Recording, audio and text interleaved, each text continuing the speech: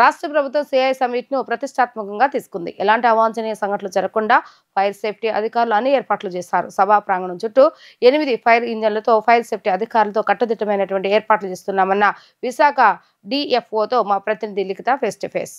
రాష్ట్ర ప్రభుత్వం సిఐఐ సమిట్ను ప్రతిష్టాత్మకంగా తీసుకుంది. విశాఖ నగరంలో 14-15 జరిగిన సమిట్కు ఇప్పటికే ముఖ్యమంత్రి చంద్రబాబు నోవెటల్లో నుంచొని ఇటు సమిట్లు కూడా నిర్వహిస్తున్నారు. ఈ నేపథ్యంలో ఫైర్ సేఫ్టీ ఎలా ఉంది ఏంటి మనతో మాట్లాడటానికి district fire officer Ram Prakash ఉన్నారు. ఆయన అడిగి సార్ చెప్పండి, సిఐఐ సమిట్లో అనుకోకుండా ఏమైనా ప్రమాదం జరిగితే ఎలాంటి ఏర్పాట్లు చేయబోతున్నారు ఏంటి?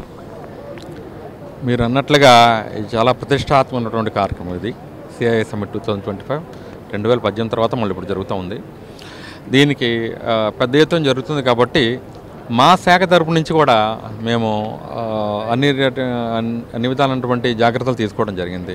ఈ సమ్మిట్కి మా ఉన్నతాధికారుల ఆదేశం మేరకు ఇక్కడ 8 ఫైర్ ఇంజన్స్ని మనకి హాల్స్ అన్నిటి చుట్టూ కూడా ఈ గ్రౌండ్లో పెట్టడం జరిగింది, అన్ని పక్కల పనిచేయడానికి అని చెప్పి.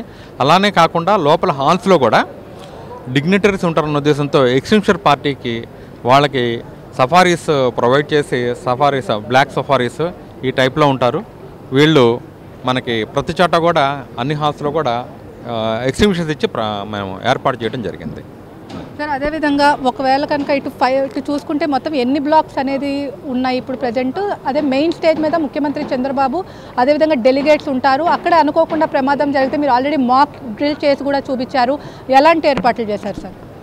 ఇప్పుడు మెయిన్ హాల్ కాన్ఫరెన్స్ హాల్ అక్కడికి వచ్చేటప్పటికి 1600 కెపాసిటీ అది అక్కడ. అందుకని చెప్పి మేము అక్కడ ఫైర్ ఎక్స్టింగ్విషర్స్ని ఏర్పాటు చేయడం జరిగింది. దాని వెనకాల కూడా ఒక వెహికల్ పెట్టడం జరిగింది.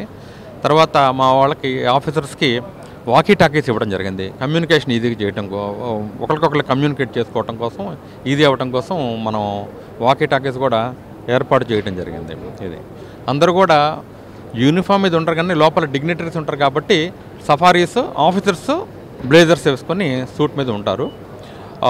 ఇమీడియట్గా ఏదైనా ఆ ఫైర్ అనేది జరిగితే ఇమీడియట్గా ఆ ఫైర్ ఏంటో తెలుసుకొని మేము CO2 ఎక్స్టింగ్విషర్స్ ఇక్కడ డీసీపీ ఉపయోగించామంటే పౌడర్ బయటకు వస్తే కొద్దిగా ఇబ్బంది అవుతుందన్న ఉద్దేశంతో ఫస్ట్ కార్బన్ డైఆక్సైడ్ ఎక్స్టింగ్విషర్స్ని ఉపయోగించడం జరుగుతుంది. వాటిని ఎక్కువ ఏర్పాటు చేశాము. సార్, ఆంధ్ర యూనివర్సిటీ చుట్టుపక్కల మొత్తం ఎన్ని ఫైర్ ఇంజన్స్ రెడీగా ఉన్నాయి? అంటే ఇతర జిల్లాల నుంచి ఏమైనా ఫైర్ ఇంజన్స్ తీసుకొచ్చారా, లేదా విశాఖపట్నంలో జరిగే ఈ ఫైర్ ఇంజన్స్ సరిపోతాయా? విశాఖపట్నం జిల్లా చిన్న జిల్లా, ఇప్పుడు 4 మాత్రమే ఉన్నాయి ఇక్కడ. కాబట్టి విశాఖపట్నమే కాదు, విజయనగరం నుంచి అట్లానే అనకాపల్లి నుంచి అక్కడి నుంచి కూడా తెప్పించడం జరిగింది ఫైర్ ఇంజన్స్. మొత్తం 8 ఫైర్ ఇంజన్స్ని తీసుకురావడం జరిగింది ఇక్కడికి. అలానే ఆఫీసర్స్ కూడా మన ఇక్కడే కాదు, జోన్ 2 మన రాజమండ్రి, అమలాపురం నుంచి అక్కడి నుంచి కూడా ఆఫీసర్స్ రాజమండ్రి డిఎఫ్ఓని అట్లానే అమలాపురం నుంచి వీళ్ళందరూ కూడా కొద్ది సిబ్బందిని కూడా మనం ఇక్కడికి రప్పించడం జరిగింది. ఇవాళ సాయంత్రం మా డీజీ గారు కూడా వస్తారు, అట్లానే ఏడీ గారు వచ్చి ఉన్నారు.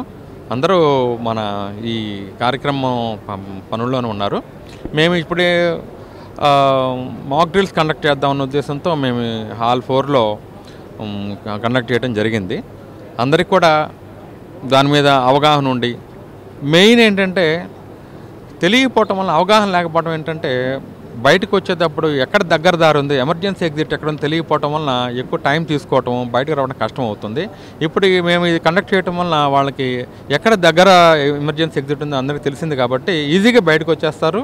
వచ్చిన తర్వాత ఫైర్ ఎక్స్టింగ్విషర్ పార్టీ ఫైర్ని ఎక్స్టింగ్విష్ చేయడం జరుగుతుంది. మొత్తం మీద చూసుకున్నట్లయితే ఇటు ఎలాంటి అవాంఛనీయ సంఘటనలు జరగకుండా కూడా ఇటు అన్ని ఏర్పాట్లు చేశాము. ప్రజలకు అవగాహన కల్పించేందుకే మాక్ డ్రిల్స్ ఏర్పాటు చేస్తాం. ఏదైనా అనుకోకుండా ఫైర్ జరిగితే అటు ఎగ్జిట్ పాయింట్ ఏదైతే ఉందో ప్రజలకు అవగాహన కల్పించేందుకే కూడా ఈ ఏర్పాట్లు చేశాం. టోటల్ ప్రాంగణం మొత్తం 8 ఫైర్ ఇంజన్లు సిద్ధంగా ఉన్నాయి. అదేవిధంగా సిబ్బంది కూడా రెడీగా ఉన్నారని చెప్పి కూడా ఇక్కడ డిఎఫ్ఓ చెప్తున్న పరిస్థితి. ఇది కూడా ఉన్న పరిస్థితి. వీడియో జర్నలిస్ట్ దిలీప్తో లిఖిత, VDCL న్యూస్, విశాఖపట్నం నుంచి.